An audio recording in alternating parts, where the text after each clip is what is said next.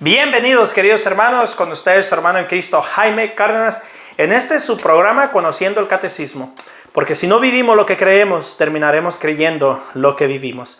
Empezamos en el nombre del Padre, del Hijo y del Espíritu Santo. Amén.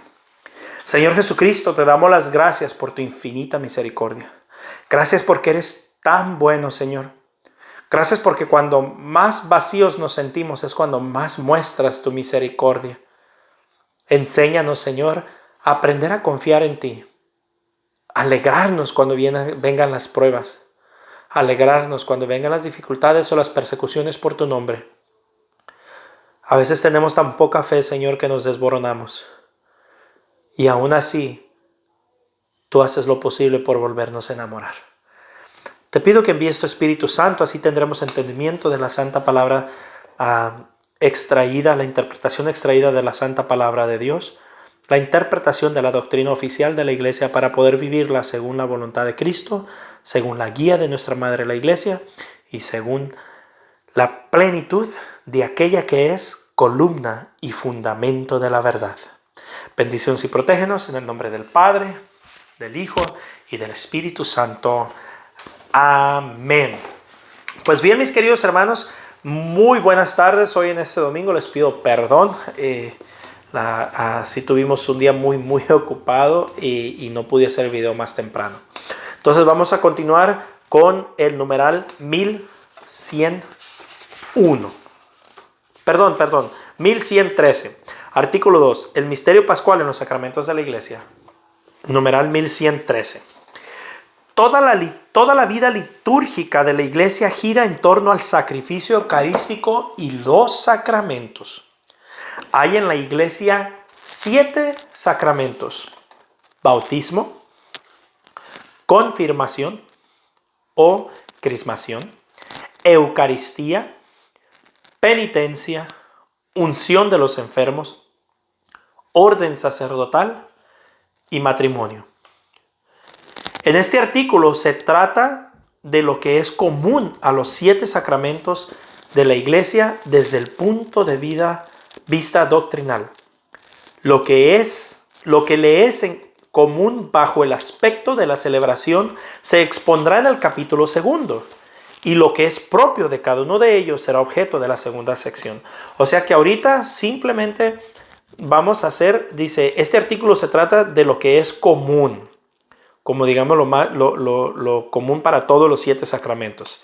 Después de esto, desde el punto de vista doctrinal, después de esto, lo que es común bajo el aspecto de la celebración será en el próximo capítulo.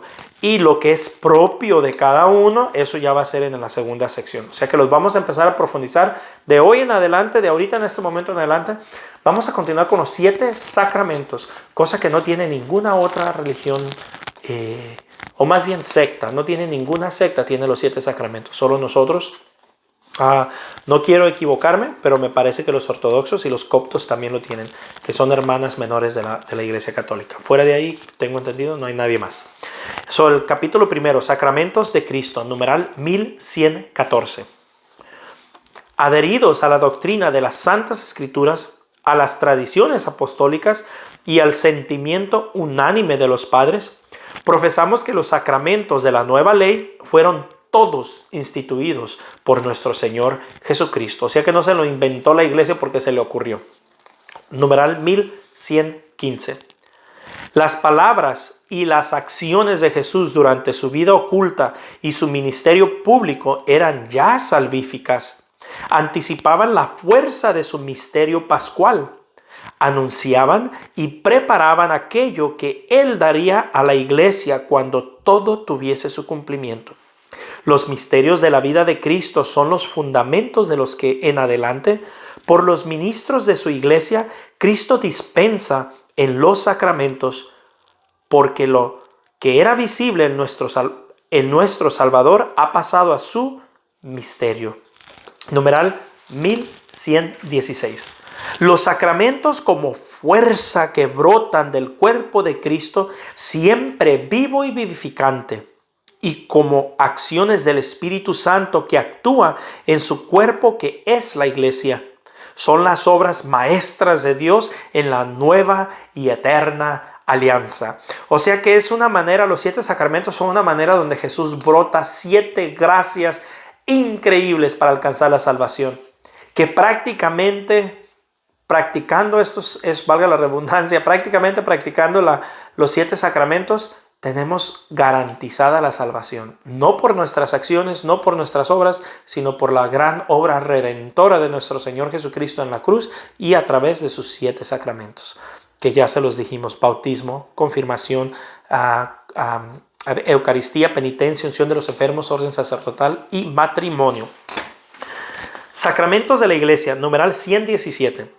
Por el Espíritu que la conduce a la verdad completa, Juan 16:13, primera lectura, la Iglesia reconoció poco a poco este tesoro recibido de Cristo y precisó su dispensación, tal como lo hizo con el canon de las Sagradas Escrituras y con la doctrina de la fe, como fiel dispensadora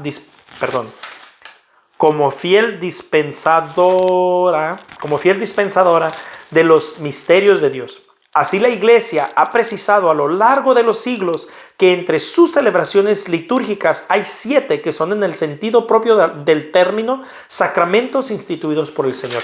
¿Qué quiere decir esto, mis hermanos? Miren, y esto es algo que quizás el hermano no católico no lo va a poder comprender, mucho menos creer. Resulta que la Biblia, como la tenemos el día de hoy, esa misma Biblia que los hermanos no católicos juran y perjuran que es palabra de Dios, no cayó del cielo. Esa Biblia que ellos juran y perjuran que es palabra de Dios, nunca la usaron los apóstoles. Estoy hablando del Nuevo Testamento. Nunca lo usaron los apóstoles. Nunca lo usó la iglesia primitiva. La Biblia se fue formando a medida que los apóstoles iban escribiendo estas cartas, sobre todo Pablo, que fue el que más escribió. Pablo, Pedro, Santiago, Juan, Mateo, Lucas, todos ellos fueron escribiendo estos libros. Pero ¿qué pasó? A través de los siglos o de los años se fueron muriendo los apóstoles. Entonces, ¿qué sucedió? Empezaron a guardar estas cartas en las iglesias que fueron enviadas y se las transmitían entre ellas y esas cartas iban rodando. Después mueren todos los oculares directos de Jesucristo y de los apóstoles y empiezan a salir nuevas ideas, empiezan a salir nuevas doctrinas y muchos escritores, geógrafos, lo que hacían, ponían el nombre de Pablo para que tuviera más importancia su carta y le pusieran más atención, o ponían el nombre de Pedro, de Juan, y de esa manera regaban sus doctrinas falsas con los nombres de apóstoles, de discípulos de Jesucristo, para que tuvieran validez.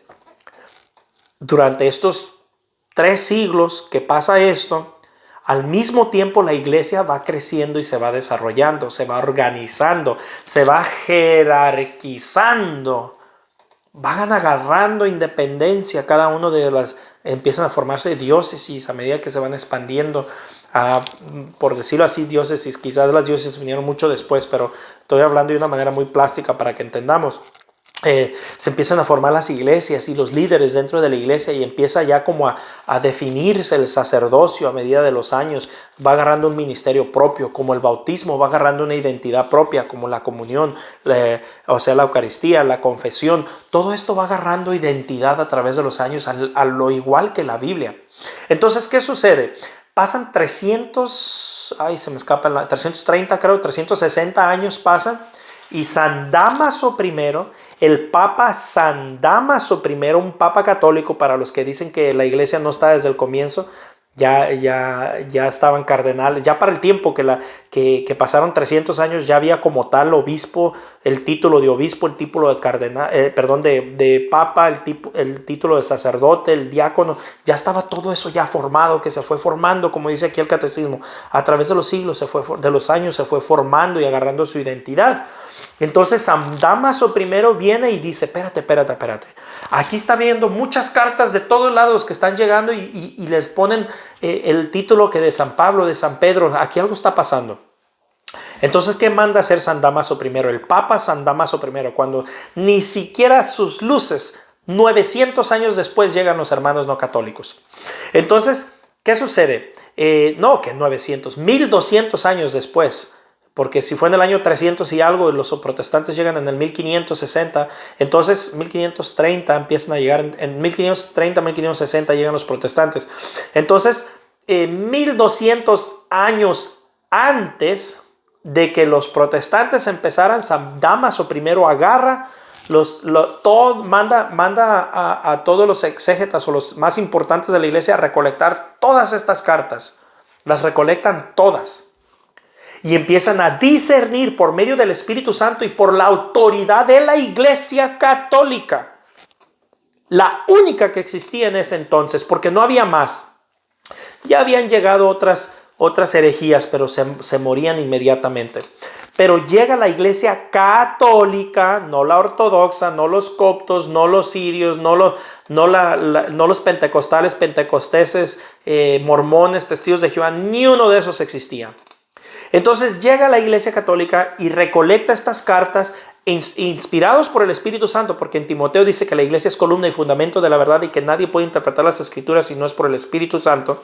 Entonces llega la Iglesia y empiezan a agarrar estas cartas y esta sí viene inspirada de Dios, esta no es inspirada de Dios, esta es inspirada de Dios, esta no es inspirada de Dios, y forman una biblioteca, por decirlo así.